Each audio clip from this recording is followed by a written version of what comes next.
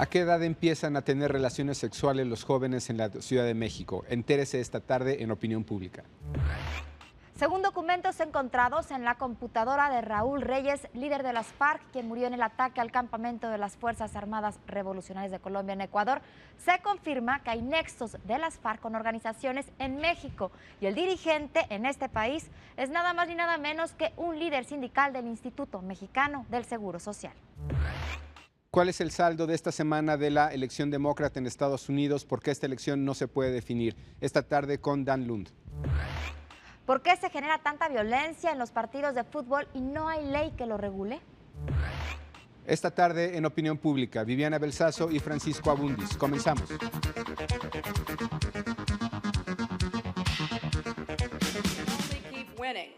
Después de 6 semanas de pausa, los aspirantes presidenciales demócratas Hillary Clinton y Barack Obama se enfrentaron en las elecciones primarias de Pensilvania. Estas fueron marcadas, al igual que las 47 citas anteriores en la carrera demócrata hacia la presidencia, por una dura pelea en busca de los decisivos votos de última hora. Clinton ganó Pensilvania, pero a diferencia de las primeras citas de enero, hoy ambos candidatos se encuentran mucho más desgastados. Los debates de ideas dejaron paso a los ataques personales.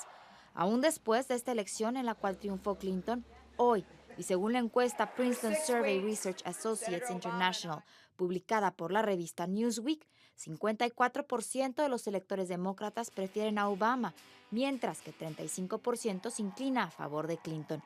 Pero todavía hay que esperar para la convención demócrata a finales de agosto, donde se elegirá oficialmente al candidato para los comicios del 4 de noviembre. Hoy, en Lo Actual.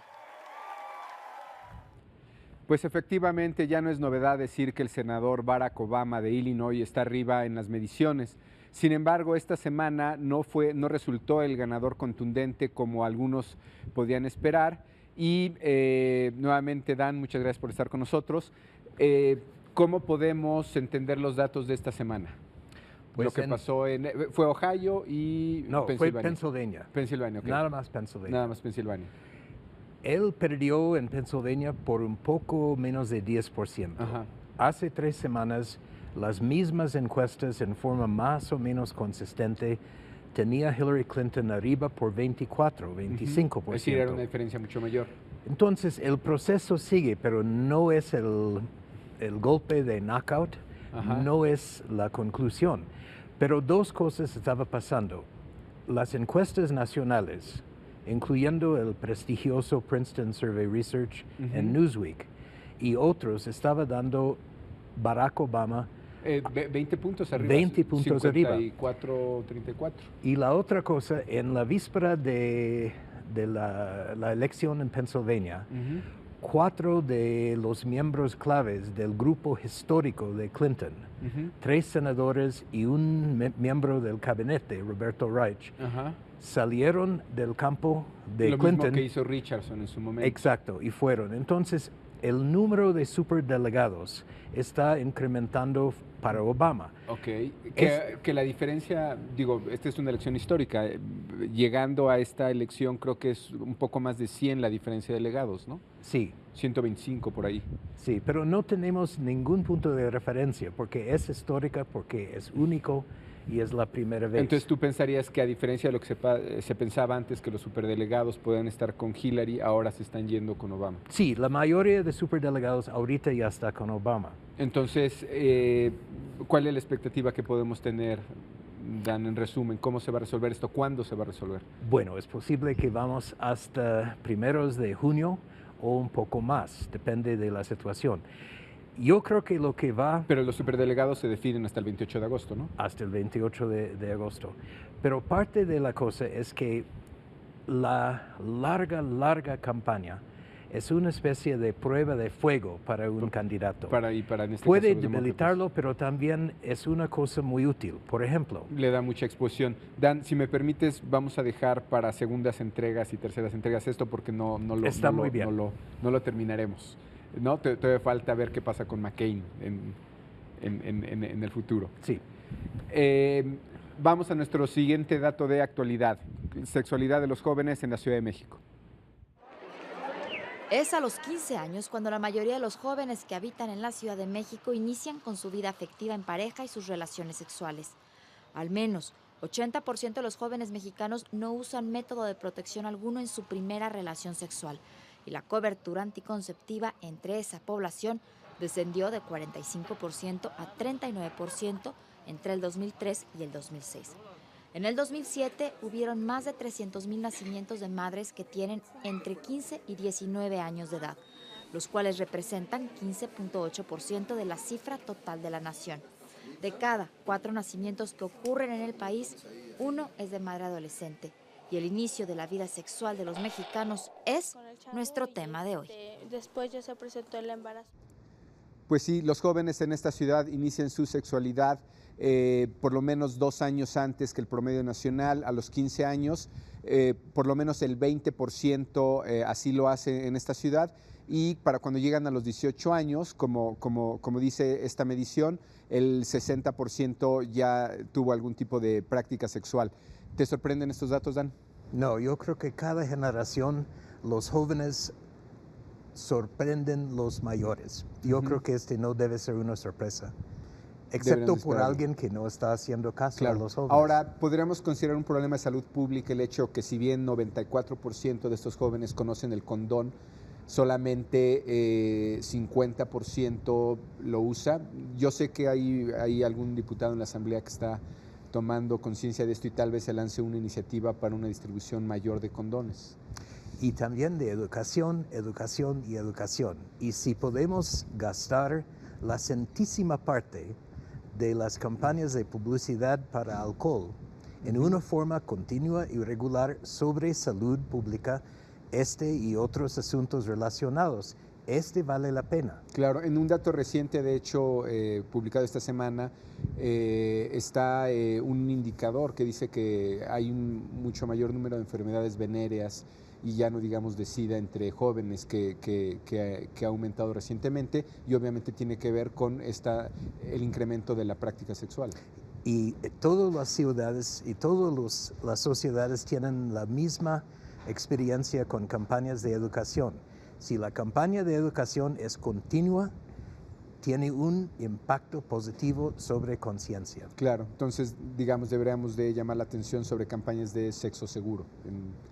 Sí, pero en forma continua, no en forma de alarma. Muy bien, Dan, muchas gracias. Nos vemos la semana que entra. Esto fue La Actualidad en Opinión Pública. Regresamos.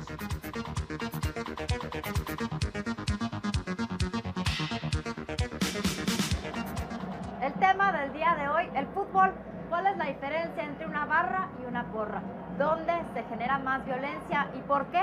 En De la Riva hicieron un estudio especializado y Carlos de León nos los va a presentar el día de hoy. Carlos. Hola Viviana, ¿cómo estás? Bien, muy bien. Traemos un programa muy interesante en donde el equipo de antropólogos de la Riva se dedicó a recabar entrevistas con miembros de barras, con expertos en el tema de las barras y el fútbol, para hablar del origen, las barras, las porras, la violencia, cómo se puede solucionar y cómo en México se ha vivido un proceso de argentinización en donde por lo menos se ha movido de la típica porra del chiquitibum a algo mucho más violento. Algo más violento y tal vez más estructurado y más organizado, pero los mismos miembros o fans del fútbol han agradecido que ya no sea solo el grito mediocre de sí se puede, pero que haya un tema más organizado y más dirigido a los diferentes equipos de fútbol de la Liga Mexicana. Pues si quieres vamos a ver la diferencia entre una barra y una porra y por qué se genera la violencia aquí.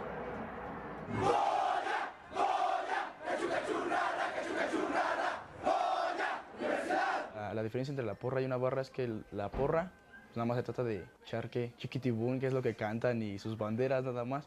Y una barra es más conocida porque podría decir que porque es rebelde, ¿no? Pues yo creo que porra era lo nuestro, ¿no? Lo mexicano, el de sale, venga, sí, chiquitibún a la bim bomba, vamos a apoyar a los nuestros, ¿no? Como solidario, que cobija, que se instala un poco en el que ahora se transformó en el sí se puede. Esa era como la porra. La barra es otra cosa.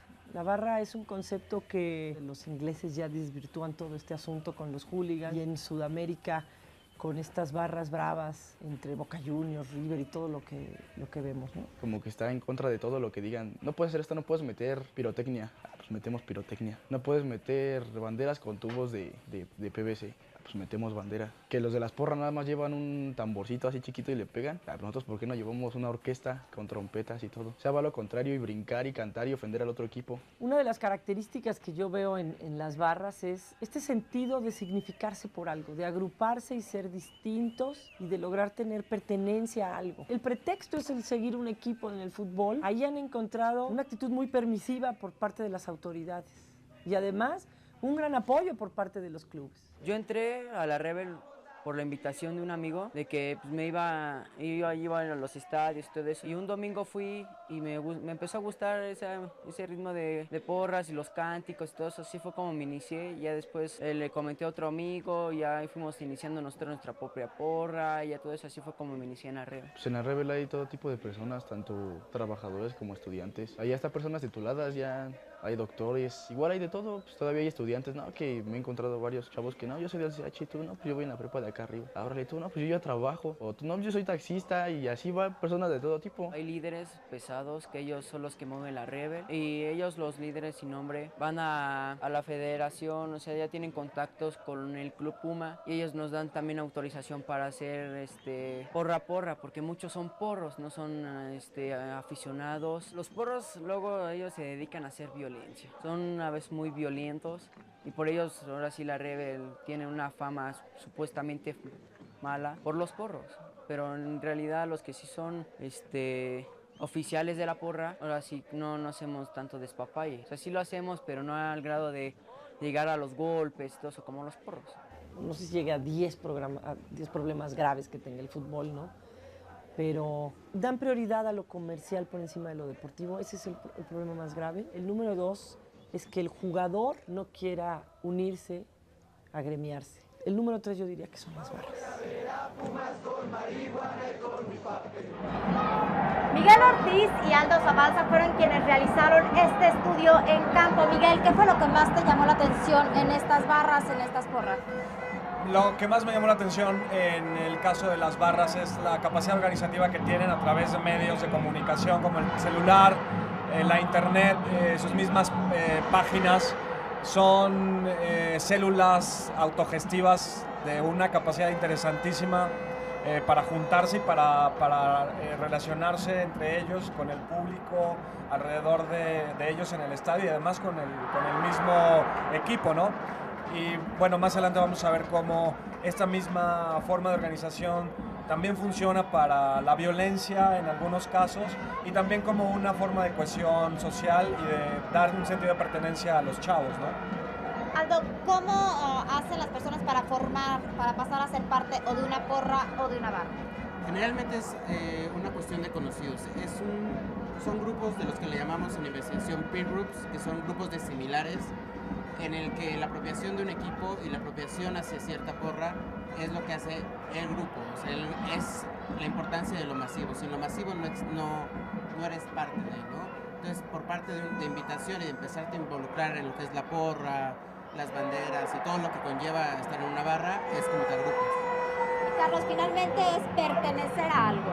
Sí, es totalmente el sentido de pertenencia, que muchos de los que están en barras tienen una necesidad también de pertenecer y sentirse parte de algún grupo social. Muchas gracias y nosotros seguimos aquí en Opinión Pública.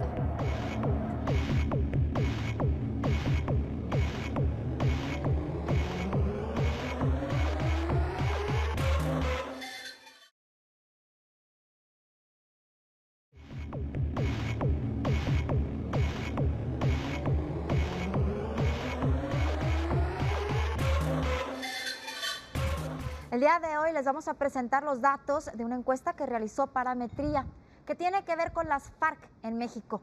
La primera pregunta que realizaron, en donde se dice, ¿ha oído hablar de las FARC en este país? 76% de los encuestados dijeron que sí habían escuchado hablar de las Fuerzas Armadas Revolucionarias de Colombia. Así es, Viviana, pero lamentablemente para esta fuerza guerrillera, la mayor parte del público tiene una opinión negativa. 61% de estos entrevistados en encuesta telefónica declararon que tienen una opinión mala o muy mala. Entonces, tienen presencia, pero no necesariamente buena opinión.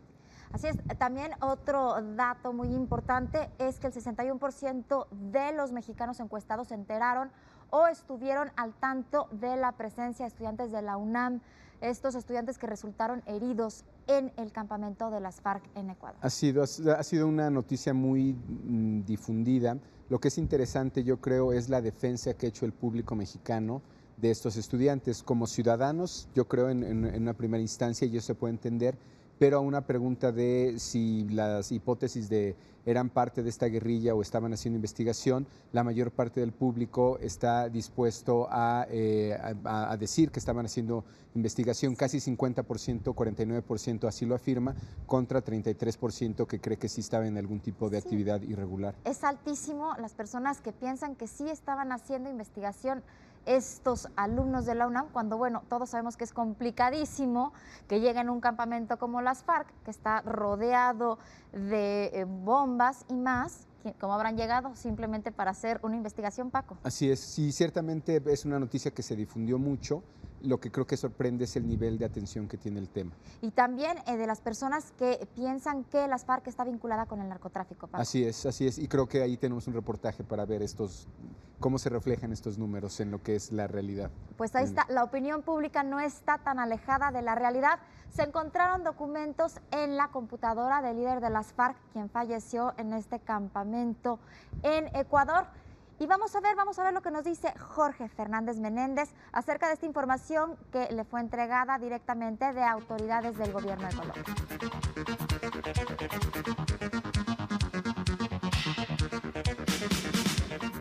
El día de hoy está con nosotros el periodista Jorge Fernández Menéndez. El tema que hay en la computadora de Raúl Reyes, este líder de las FARC que falleció en el bombardeo en campamento ecuatoriano, precisamente este campamento de las FARC. Jorge Fernández, qué gusto. Qué gusto estar contigo, con todo tu auditorio, es un placer. ¿Qué se encontró en la computadora de Raúl Reyes? Mira, todavía no sabemos todo lo que se encontró. ¿Por qué? Porque en principio son 3 computadoras que estaban en poder de Raúl Reyes, 3 computadoras diferentes, que en buena medida se preservaron porque estaban en una de estas maletas que se usan precisamente para preservar las computadoras. Intentaron ser destruidos los discos duros, pero de ahí se recuperaron prácticamente toda la información.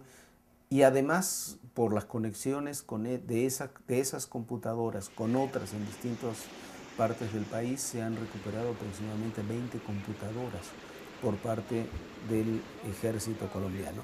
¿Qué es lo que se encontró? ¿Qué conocemos de lo que se encontró? Información que está ligada con mexicanos aquí en México. Está ligada con mexicanos, está ligada con el presidente Chávez, está ligada con el presidente Correa, está ligada con el presidente Daniel Ortega, con muchos otros.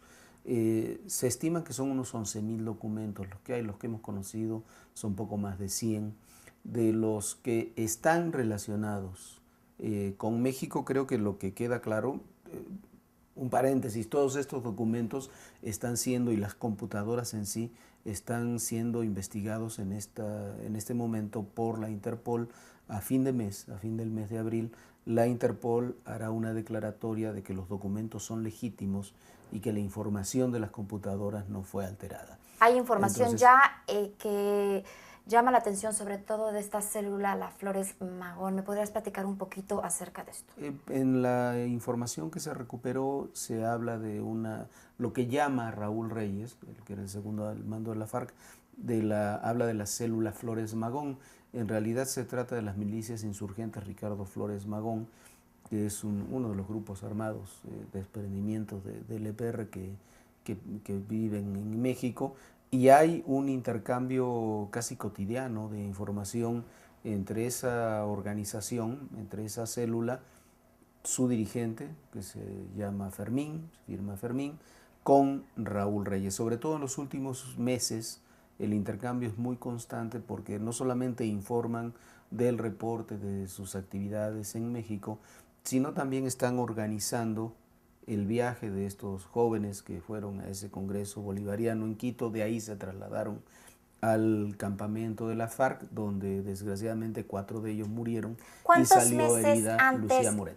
Pero ¿cuántos meses antes precisamente de este ataque estaba planeado el viaje de los mexicanos al campamento? Comienzan a hablar del viaje en septiembre y desde diciembre del año pasado ya está organizado el viaje, ya están informados en las FARC cuántos van a ir, y de qué manera, cuáles son sus actividades. Se dice incluso que van a ser 7 personas, después se habla de 6, se dice con toda claridad que 5 son militantes y 2 son de los grupos de apoyo. Y son contactados precisamente por personas que conforman esta célula Flores Magón, ¿no? Son los miembros de la célula Flores Magón, ¿no? Ahí está Lucía Moret, está su hermana, está este joven Juan González, este otro joven Soren, que falleció también en el ataque. Los que aparecen fallecidos en el ataque, también Lucía Moret, más otra persona más, que no nos queda claro quién es, son los que van al Congreso Bolivariano, y de ese Congreso Bolivariano se trasladan a este campamento, que además hay que agregar, yo estuve en esa zona de la frontera de Colombia y Ecuador. Es una zona absolutamente intransitable, está en medio de la selva. Tú no llegas a ese campamento si no te llevan, si no vas, y además es un campamento que estaba rodeado por minas antipersonales, entonces tú tienes que saber perfectamente por dónde entras. Definitivamente nadie va a hacer una tesis académica a un campamento. Ahora, esta computadora de Raúl Reyes se encuentra en los registros que tenía contacto con Fermín.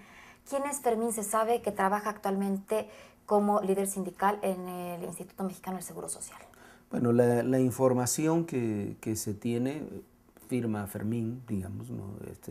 La información que se tiene, que desarrollan tanto autoridades mexicanas como autoridades colombianas en este sentido, es que se trata de un dirigente de distintas organizaciones, participa en varias organizaciones de estas muy radicales, participó en la otra campaña, participó en alguna de las mesas del zapatismo, tiene muy estrecha relación con dos dirigentes detenidos del ERPI, que es una de las fracciones del EPR, y es un dirigente sindical del Instituto Mexicano del Seguro Social, donde sigue trabajando tanto él como su esposa en forma pública.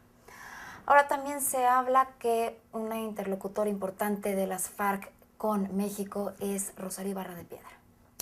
Ahí, en toda esta correspondencia, buena parte de la correspondencia que es del trabajo político que realizan las FARC realizan el trabajo político a través de 2 vías. Una vía que es la célula de la FARC directamente, y otra esta célula Flores Magón, ¿no? Se relacionan, pero no son exactamente lo mismo. Pero que es como la Flores Magón podría ser como el grupo de apoyo en México de las FARC. Sería el grupo mexicano de las FARC, y la célula de la FARC son colombianos que vienen en forma legal o ilegal, se instalan en México y hacen otro tipo de tarea mucho más clandestina, ¿no? Ahora, por ejemplo, a mí me llama la atención, hay oficinas de las FARC aquí en México, en distintas universidades.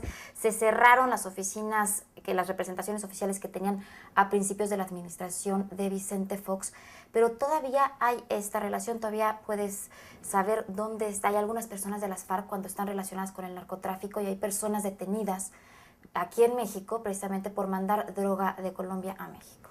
Hay muchos casos, es desconcertante. Como tú dices, las oficinas oficiales de la FARC, que tenían casi estatus diplomático, se cerraron entre 2002 y 2003, cuando las FARC fueron declaradas organizaciones terroristas, tanto por el gobierno de Estados Unidos, por Canadá, como por la Unión Europea, y de alguna medida sus acciones fueron, no la organización, pero sus acciones fueron declaradas terroristas por la OEA. En ese momento se cierran las oficinas de la FARC, pero quedan abiertas oficinas informales de solidaridad con la FARC, sobre todo en algunos sindicatos, en algunas universidades, donde ahí operan, trabajan sus militantes de superficie o de solidaridad, como se llama, entre los que participaban estos jóvenes y algunos ya no tan jóvenes que fallecieron ahí en la frontera de Colombia y Ecuador. Pero es desconcertante porque, bueno, siguen trabajando, siguen operando, ahí están, uno los puede localizar, y sin embargo estamos hablando de una organización, insisto, calificada como terrorista, y que se ha comprobado que participa activamente en el narcotráfico en México, por lo menos no de los últimos años, por lo menos de 1997. Los primeros detenidos de las FARC por participar en el narcotráfico en México son de 1997 y son de una operación de cambio de drogas por armas que desarrollaban con el cártel de los Arellano Félix. Está documentado, las personas están cumpliendo sentencia, hay videos, hay una extensa documentación, lo publicamos incluso ya en un libro del año 2001 que se llamó El Otro Poder. Ahí está platicada toda la historia de las FARC con el narcotráfico en México, una historia que se ha desarrollado durante los últimos años. Y esperamos un nuevo libro tuyo acerca de las FARC, ¿verdad, Jorge Fernández? Quizás, espero que sí, bueno, pero habrá que todavía madurar la idea. Muchísimas gracias por haber estado aquí en Opinión Pública y nosotros continuamos, no se vayan.